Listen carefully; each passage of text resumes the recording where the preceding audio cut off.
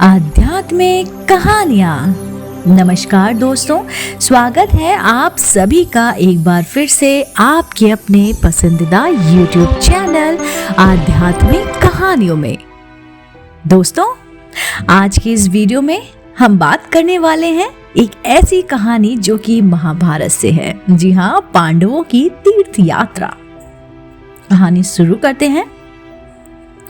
दुखी होकर उन्हीं के विषय में बातें कर रहे थे कि वहां पर लोमेश ऋषि पधारे।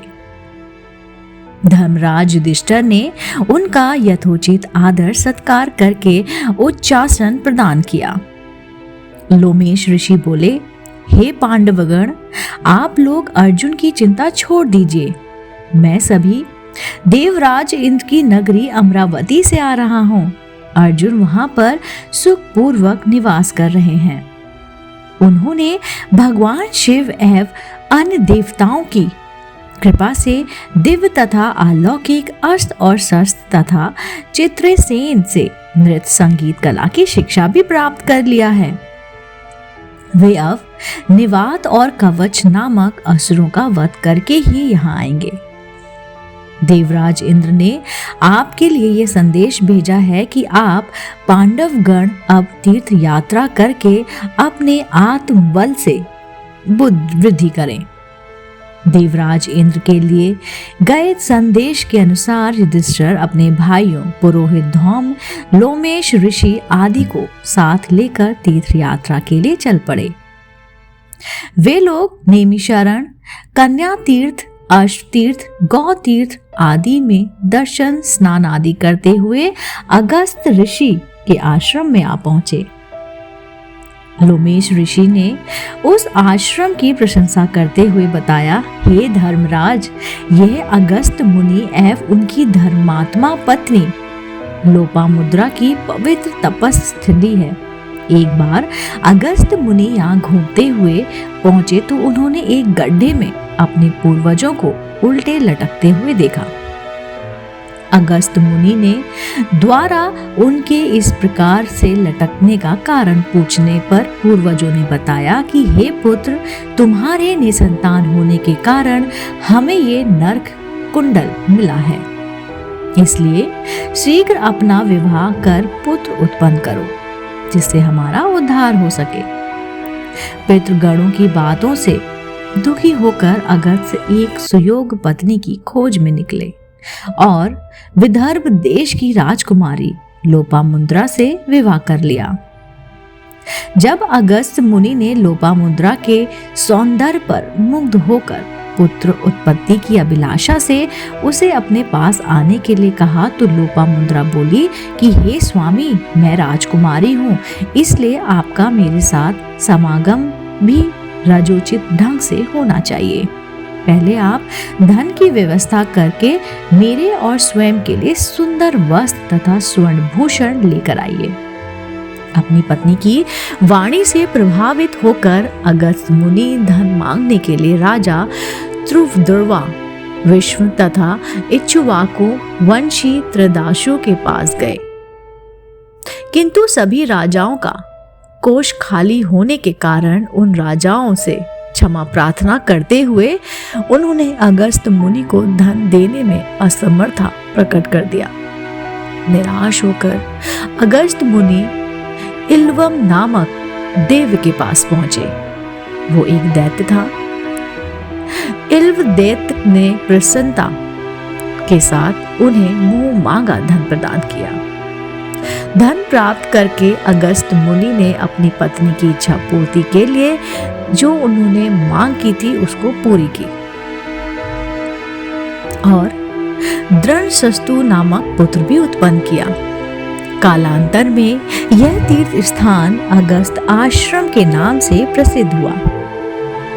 इसी तीर्थ स्थान में स्नान करके परशुराम ने अपना तेज पुण्य प्राप्त किया था। इसलिए यह युधिष्ठिर यहाँ स्नान करके आप दुर्योधन के द्वारा छीने गए अपने तेज को पुनः प्राप्त कीजिए। लोमेश ऋषि के आदेशानुसार वहां स्नान पूजा आदि करके युधिष्ठिर ने लोमेश ऋषि से पूछा, हे प्रभु, कृपया करके ये बताइए कि परशुराम निस्तेज कैसे हुए थे। लोमेश ऋषि ने उत्तर दिया, धर्मराज, दशरथ नंदन श्री राम जब शिव जी के धनुष को तोड़कर सीता जी से विवाह कर अपने पिता, भाइयों, बारातीगण आदि के साथ अयोध्या लौट रहे थे तो एक बड़े जोरों की आंधी आई, जिससे वृक्ष पृथ्वी पर गिरने लगे। तभी राजा दशरथ की दृष्टि भृकुल के परशुराम पर पड़ी। उनकी वेशभूषा बड़ी ही भयंकर थी। तेजस्वी मुख पर बड़ी बड़ी जटाएं बिखरी हुई थी। नेत्रों में क्रोध की लालिमा थी।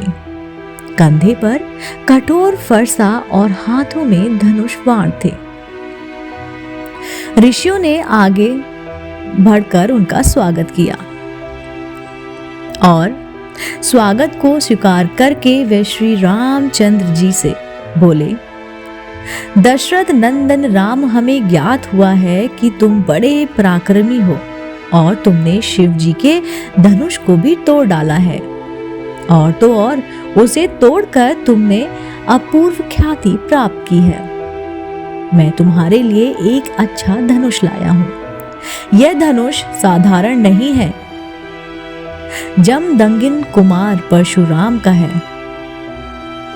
इस पर वाण चढ़ाकर तुम अपने शौर्य का परिचय दो। तुम्हारे बल और शौर्य को देखकर मैं तुम्हें द्वंद्व युद्ध करूंगा। परशुराम की बात सुनकर राजा दशरथ विनीत स्वर में बोले, भगवान, आप वेद विद्या स्वधायिनी ब्राह्मण हैं। क्षत्रियों का विनाश करके आप बहुत पहले ही अपने क्रोध का शमन कर चुके हैं। इसलिए हे ऋषिराज, आप इन बालकों को अभयदान दीजिए। किंतु परशुराम जी ने दशरथ की अनुनय विनय पर कोई ध्यान न देते हुए राम से कहा, राम, स्तंभत तुम्हें ज्ञात नहीं होगा कि संसार में केवल 2 ही धनुष सर्वश्रेष्ठ माने जाते हैं। सारा संसार उनका सम्मान करता है। विश्वकर्मा ने उन्हें स्वयं अपने हाथों से बनाया था। उसमें से पिनाक नामक एक धनुष को देवताओं ने भगवान शिव को दिया था। इसी धनुष से भगवान शिव ने त्रिपुरासुर का वध भी किया था। तुमने उसी धनुष को तोड़ डाला है। दूसरा दिव्य धनुष मेरे हाथ में है। इसे देवताओं ने भगवान विष्णु को दिया था। यह भी पिनाक की भांति ही शक्तिशाली है। विष्णु ने भृगुवंशी रचिक मुनि को धरोहर के रूप में वह धनुष दे दिया। वंशुनावंश रूप से ये धनुष मुझे प्राप्त हुआ है। अब तुम एक क्षत्रिय के नाते इस धनुष को लेकर इस पर वार चढ़ाओ और सफल होने पर मेरे साथ द्वंद्व युद्ध करो। परशुराम के द्वारा बार बार ललकारे जाने पर रामचंद्र बोले, हे भार्गव, मैं ब्राह्मण समझकर आपके सामने विशेष बोल नहीं रहा हूँ, किंतु आप मेरे इस विनयशीलता को पराक्रमिकताहीन एवं कायरता समझकर मेरा तिरस्कार पे तिरस्कार किए जा रहे हैं। लाइए, धनुष बाण मुझे दीजिए। यह कहकर उन्होंने झपटते हुए परशुराम के हाथ से धनुष बाण ले लिया। फिर धनुष बाण पर बाण चढ़ाकर बोले, हे भृगुनंदन, ब्राह्मण होने के कारण आप मेरे पूजनीय हैं, इसलिए इस बाण को मैं आपके ऊपर नहीं छोड़ सकता। परंतु धनुष पर चढ़ने के बाद यह बाण कभी निष्फल नहीं जाता। इसका कहीं ना कहीं उपयोग करना ही पड़ता है। इसलिए इस बाण के द्वारा आपकी सर्वस्त्र शीघ्रता पूर्वक आने जाने की शक्ति को नष्ट किए देता हूँ। श्री राम की यह बात सुनकर शक्तिहीन से हुए परशुराम जी विनय पूर्वक कहने लगे, बाण छोड़ने से पूर्व मेरी एक बात सुन लीजिए। क्षत्रियों को नष्ट करके जब मैंने ये भूमि कश्यप जी को दान में दी थी तो उन्होंने मुझसे कहा था कि अब तुम्हें पृथ्वी पर नहीं रहना चाहिए क्योंकि तुमने पृथ्वी का दान कर दिया है। तभी से गुरुवर कश्यप जी की आज्ञा का पालन करता हुआ मैं कभी रात्रि में पृथ्वी पर निवास नहीं करता। अंत में हे राम कृपा करके मेरी मगन शक्ति को नष्ट करो। मैं मन के समान गति से महेंद्र पर्वत पर चला जाऊंगा। चूंकि इस बाण का प्रयोग निष्फल नहीं जाता, इसलिए आप उस अनुपम लोगों को नष्ट कर दें जिस पर मैंने अपनी तपस्या से विजय प्राप्त की है। आपने जिस सरलता से इस धनुष पर बाण चढ़ा दिया है, उससे मुझे विश्वास हो गया है कि आप मधु राक्षस का वध करने वाले साक्षात विष्णु हैं।